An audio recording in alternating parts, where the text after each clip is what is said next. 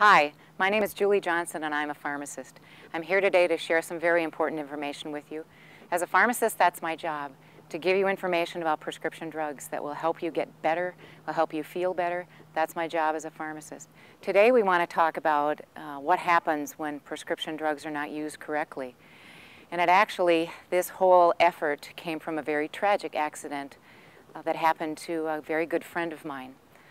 His name is Dan, and his son was using prescription drugs, was using too many prescription drugs. He was getting them from places he shouldn't have been getting them from. He got into trouble by taking them when he wasn't supposed to, taking too many of them, and he died. He died in his father's arms on Christmas Day. He didn't know he could die from using prescription drugs. I think a lot of us weren't aware of that. Well, we're here to help you be aware of that.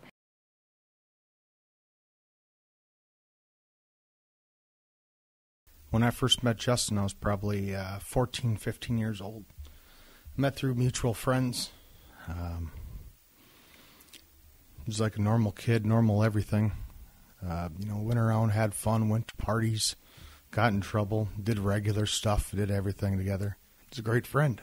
Over the course of, the 10 years or so that I knew him, Justin was a great guy, a great friend. Everything he did was very big. He wanted to stand out a lot. Everything from his clothes, car. Everyone loved him. And then after a while, he got caught up into pills. You could just see it in him. It was horrible. He wasn't himself at all. And he'd get better. He'd get clean. He'd go to a treatment place and thought everything would be fine.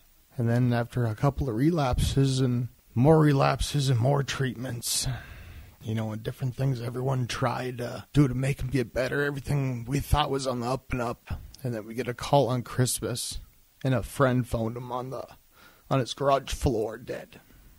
There's not a day goes by I don't think about him and how stupid everything was. Since Justin's passing, I lost a best friend. I lost a brother and I lost a best friend. I remember a few days prior to his passing, I could tell that he had started using again. I don't know exactly how to explain what he was going through at that time. I would never ever wish this upon any other sibling, any other family. I don't ever want a family to ever have to go through this again. It's the worst feeling in the world, and it still to this day. He would sometimes go a month and a half and then have a relapse. And then we get him back on track, and then, unfortunately, the craving for the pills took over. I hope you never have to understand.